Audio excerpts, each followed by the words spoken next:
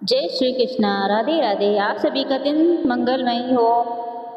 ज्येष्ठ पूर्णिमा पर व्रत रखने, पवित्र स्नान और दान करने का विशेष महत्व माना गया है। आइए जानते हैं इस साल ज्येष्ठ मास पूर्णिमा पर व्रत स्नान दान की तिथि क्या रहने वाली है। ज्येष्ठ मास के शुक्ल पक्ष की पूर्णिमा को ज्येष्ठ पूर्णिमा कहा जाता है।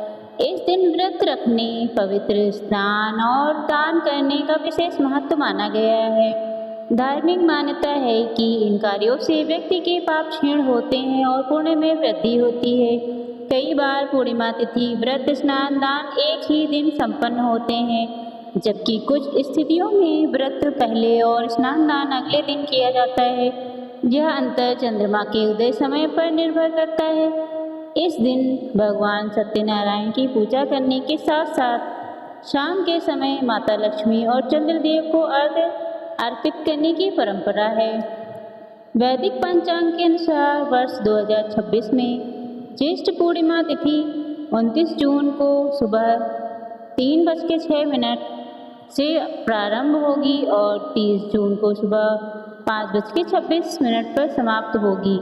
उदया तिथि के आधार पर यह व्रत 29 जून सोमवार को रखा जाएगा। इस बार पूर्णिमा तिथि के दिन ही सूर्योदय और चंद्र उदय दोनों हो रहे हैं, इसलिए 29 जून को ही व्रत, स्नान, दान तीनों कार्य एक साथ संपन्न किए जाएंगे। इस वर्ष ज्येष्ठ पूर्णिमा पर 2 शुभ योग बन रहे हैं। प्रातः काल में शुक्ल योग रहेगा, जो दोपहर 2:26 तक प्रभावी रहेगा। इसके बाद ब्रह्म योग शुरू होगा। साथ ही मूल नक्षत्र प्रातः काल से शुरू होकर 30 जून को सुबह 4:03 तक रहेगा।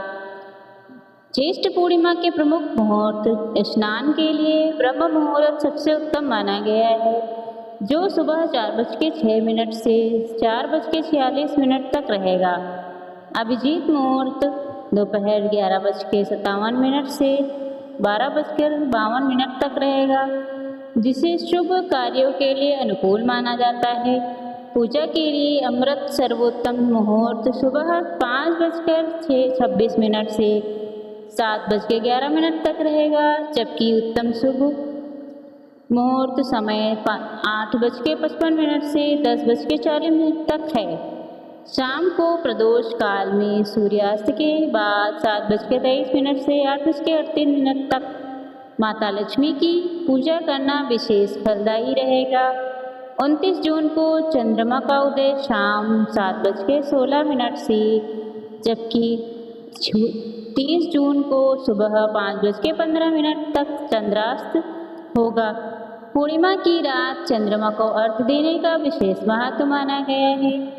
ज्येष्ठ पूर्णिमा के दिन भद्रा का प्रभाव सुबह 5:26 से शुरू होकर शाम 4:16 तक रहेगा। इस दौरान भद्रा का निवास पाताल लोक में होगा। भद्रा काल में पूजा पाठ और मंत्र जाप किया जा सकता है। इस दिन व्रत रखकर भगवान सत्यनारायण की पूजा करने से घर में सुख शांति बनी रहती है।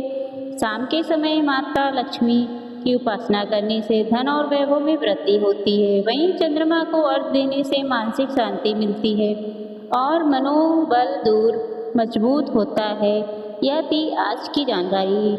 आशा है आप सभी को पसंद आई होगी। धन्यवाद।